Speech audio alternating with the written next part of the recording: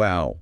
$100,000 Bitcoin. It's incredible. $100,000. Yeah. Like, I can't believe, I mean, I can, but from magic internet money to the seventh largest asset globally, it's mind-blowing. Absolutely. Yeah. It's been a wild ride. It has been a wild ride, and we're just getting started. We're looking ahead to 2025, and, well, one source is saying that this Bitcoin bull market is still early. Interesting. Yeah, they say they've seen like 3 cycles already. So, like, what does that even mean? Okay, well, first off, we got to understand what a Bitcoin bull market is. It's not just about the price going up. It's more about sustained growth driven by demand, investor optimism, and, sometimes tech advancements or like regulation changes that boost confidence. So are we seeing those same factors now in this market? Well, we do have a new U.S. president coming in, and there's all this talk about pro-crypto regulations. You're telling me. Yeah. What if the U.S. government starts stockpiling Bitcoin? Whoa, hold on. Now, government involvement could definitely have a big impact, but like stockpiling Bitcoin nationally, that's a huge prediction. I mean, look, historically, countries have stockpiled stuff like gold, right, to like hedge against economic uncertainty or even to exert geopolitical influence. But Bitcoin's a whole different animal. Okay, true. But what about the recent Bitcoin halving? Oh, yeah, that's important. For our listeners who might not know, a halving is like this pre-programmed thing in Bitcoin's code. Happens about every 4 years. And basically, it cuts the rate of new Bitcoin creation in half. So that means less supply, right? But demand's probably still going up. So does that mean price surge? Yeah, exactly. The halving kind of plays into that whole scarcity thing, which is a big part of why Bitcoin is valuable. Less supply, each Bitcoin is worth more, theoretically, and we have seen price increases after halvings in the past, but of course, there are no guarantees.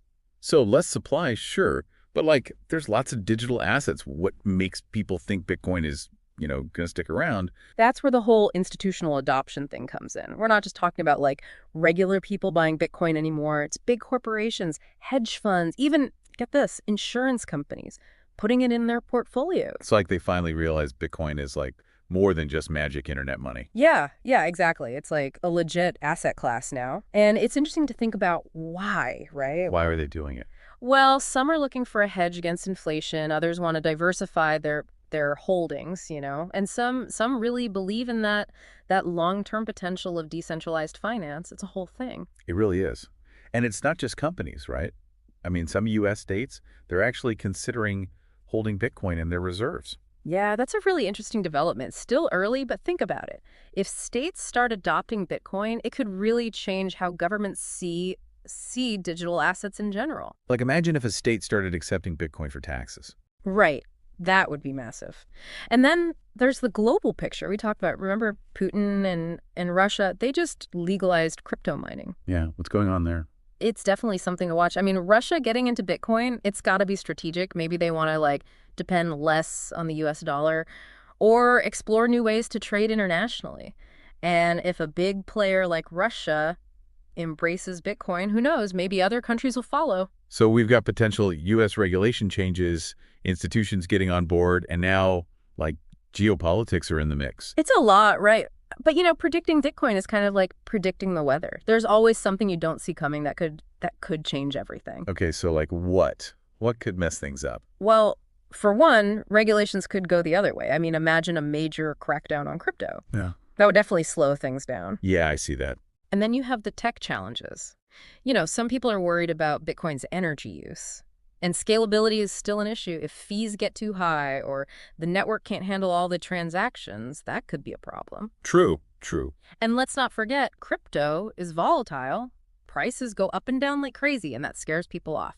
Institutional investors, everyday users, everyone. Okay, so lots of potential, but also some risks, right? Yeah. What do you think is like the most important thing to watch this coming year?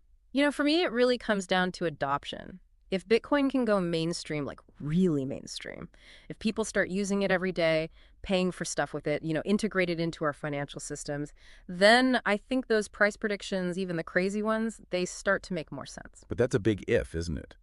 I mean, it's not like I'm paying for groceries with Bitcoin yet.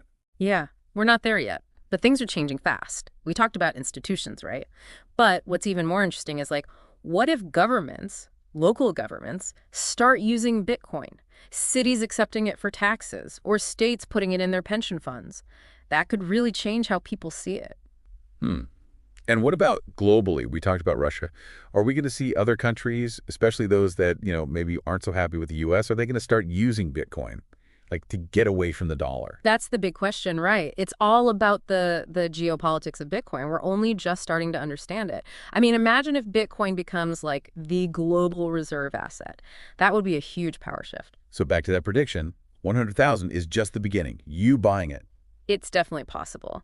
But think about everything we talked about, all the good stuff, the bad stuff, the regulations, the technology, how people feel about crypto in general. Weigh it all. And I guess, most importantly, think about what Bitcoin means for the future of money. Is it just a trend, or is it something bigger? Like, is it here to stay? Exactly. That's the question we all have to answer. The next few years, they're going to be wild. I'm excited to see what happens. Yeah, me too. Thanks for joining us for this look at Bitcoin. Until next time.